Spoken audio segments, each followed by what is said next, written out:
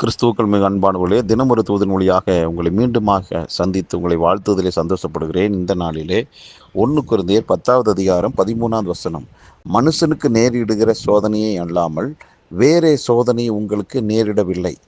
தேவன் உண்மையுள்ளவராயிருக்கிறார். உங்கள் திராணிக்கு மேலாக நீங்கள் சோதிக்கப்படுகிறதற்கு அவர் இடங்கொடாமல் சோதனையை தாங்கத்தக்க சோதனையோடு கூட அதற்கு தப்பி கொள்ளும்படியான போக்கையும் உண்டாக்குவார் என்று பவுல் சொல்கிறார்.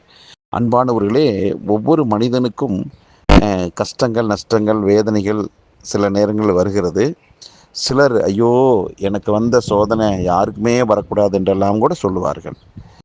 இப்படி பலவிதமான காரியங்களிலே மனிதன் சோதிக்கப்படுகிறான், நெருக்கடிக்கு உள்ளாக்கப்படுகிறதான வேலையெல்லாம் வருகிறது. அன்பானவர்களே, இன்றைக்கு ஆண்டவர் மேலே நம்பிக்கை வைத்து அவர் ஒருவருக்கே தன் வாழ்வை அர்ப்பணித்து ஆராதிக்கிற உங்களுக்கும் சில நேரங்கள் இப்படிப்பட்டதான சூழ்நிலைகள் வருகிறது.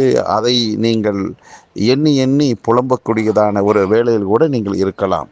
இன்றைக்கு ஆண்டவர் அப்படிப்பட்ட கேள்விகளுக்கு பதில் தெரியாமல் பல விதங்களில் குழப்பத்தோடு இருக்கிற உங்களுக்கு ஒரு நல்ல வார்த்தை என்னன்னா, அவர் உங்களுக்குன்னு ஒரு பலன் இருக்குது.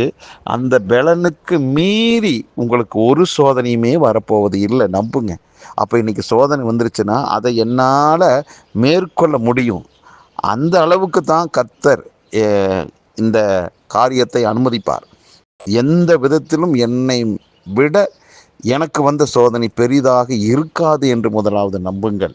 இரண்டாவது, அந்த சோதனை வந்துனாலும் அதை தாங்கத்தக்கதான பலனையும் ஆண்டவர் கொடுப்பார், நிச்சயமாக கொடுப்பார்.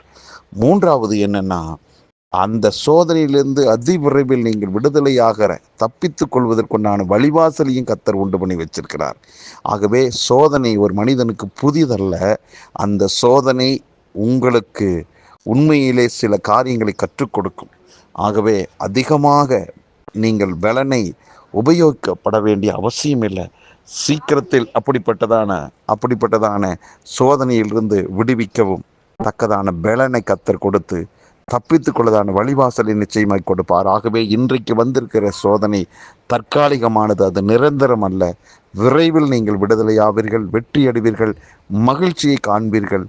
கர்த்தருக்கு நன்றி சொல்ல ஆயத்தமாங்கள். ஜெபம் பண்ணலாமா? நல்ல பிதாவே, இந்த நல்ல வேலைக்காக நன்றி.